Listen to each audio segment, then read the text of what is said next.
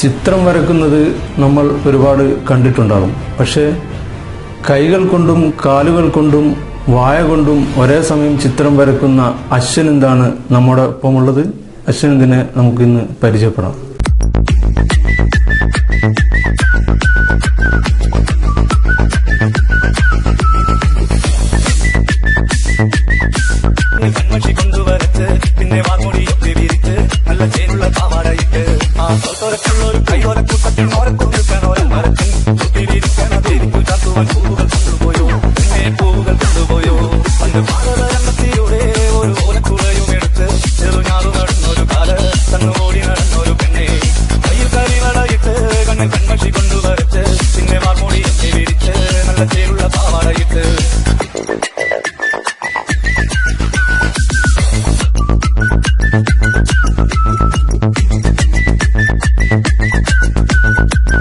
ശരിക്കും പറഞ്ഞാൽ ലോക്ക്ഡൗണിലാണ് വരച്ചു തുടങ്ങിയത്.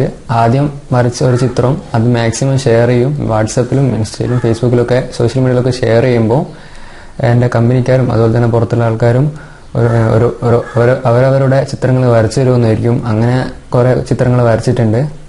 ഒരുപാട് ചിത്രങ്ങൾ വരച്ച് ഏകദേശം 100-300ഓളം ചിത്രങ്ങൾ അങ്ങനെ വരച്ച് അങ്ങനെയാണ് കാലുകൊണ്ടും കൈ കൊണ്ടും ഫസ്റ്റ് പ്രാക്ടീസ് ചെയ്തത്.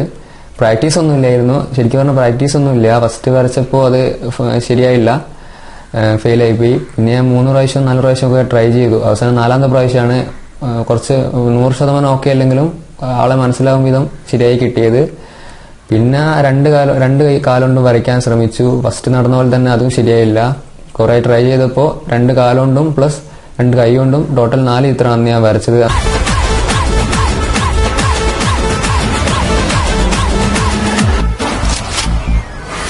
DJ Shane.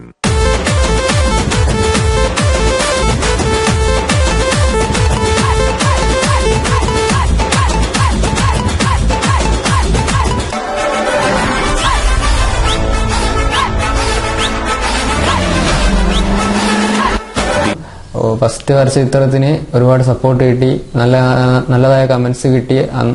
ആ കമന്റ്സ് കൊണ്ടാണ് ഇപ്പം മാക്സിമം കുറെ ചിത്രങ്ങൾ ഇനി മുന്നോട്ട് വരയ്ക്കാനുള്ള ഒരു ഇൻസ്പിറേഷൻ കിട്ടുന്നത്. അന്ന് ആ കമന്റ്സ് ഒന്നും കിട്ടിയിട്ടില്ലെങ്കിൽ ചിലപ്പോൾ ആ ഒറ്റ ചിത്രത്തിൽ ഒതുങ്ങി പോകുമായിരുന്നു. ഞാനിപ്പോൾ polytechnic AWS polytechnic electronics and communication അവസാന വർഷ വിദ്യാർത്ഥിയാണ്. പിന്നെ അവിടെ നിന്നും ഒരുപാട് സപ്പോർട്ട് കിട്ടുന്നുണ്ട്. പ്രിൻസിപ്പാളായാലും അവിടുത്തെ സ്റ്റാഫ്സ് ആയാലും ഒരുപാട് സപ്പോർട്ട് കിട്ടുന്നുണ്ട്.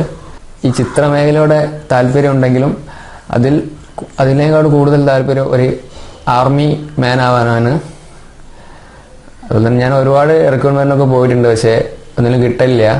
ഒരുപാട് പ്രാക്ടീസും ചെയ്തിട്ട് ചെറിയ പ്രാക്ടീസായിട്ട് ചെയ്തിട്ട് മുന്നോട്ട് പോകലുണ്ട്.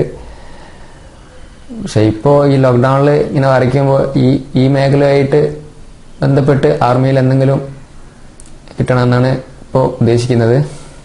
ശരിക്കും പറയുകയാണെങ്കിൽ ഇങ്ങനെ ഒരു സ്വീകരണം കിട്ടി അല്ലെങ്കിൽ അനുമോദനം കിട്ടി എന്നൊക്കെ കേൾക്കുന്നതിന് വളരെയധികം സന്തോഷമുണ്ട്. കാരണം മകൻ്റെ പേരിൽ അറിയപ്പെടുക എന്നൊക്കെ പറയുന്നേരം ഒരു പ്രദേശത്തുള്ള ആൾക്കാർ ഒരു അഭിനന്ദനമൊക്കെ തരിക എന്ന് പറയുന്നേരം വളരെയധികം സന്തോഷമുണ്ട്. അതിൽ ഞാൻ വളരെ ആഹ്ലാദിക്കുന്നു. പക്ഷേ മകൻ്റെ ചിത്രം ഈ അടുത്തിടെയാണ് ശരിക്കും പറയുകയാണെന്ന് വെച്ചാൽ ഞങ്ങളൊക്കെ അറിയുന്നത്. ഈ ലോക്ക്ഡൗണിൻ്റെ സമയത്താണ് അവൻ വരയ്ക്കാനൊക്കെ തുടങ്ങുന്നു. ശരിക്കും മറ്റുള്ളവരോടൊക്കെ പറയുകയും അത് മാധ്യമങ്ങളിലൂടെ അറിയുകയൊക്കെ ചെയ്യുന്ന ഈ അടുത്ത ദിവസമാണ്. അപ്പോൾ എല്ലാവരോടും നന്ദിയുണ്ട്. ഞങ്ങൾ നേരിട്ട് വന്നും ഫോണിലൂടെയും മറ്റു മാധ്യമങ്ങളിലൂടെയും ഒക്കെ അഭിനന്ദനം അറിയിച്ചതിൽ പ്രത്യേകിച്ച് വോയിസ് ഓഫ് പാലൂരും ഒക്കെയാണ് ഇതിന് മുന്നിട്ടിറങ്ങിയിട്ട് നമ്മളെ പരിചയപ്പെടുത്താനൊക്കെ വന്നത്. അപ്പോൾ അവരോടൊക്കെ വളരെയധികം നന്ദിയുണ്ട്.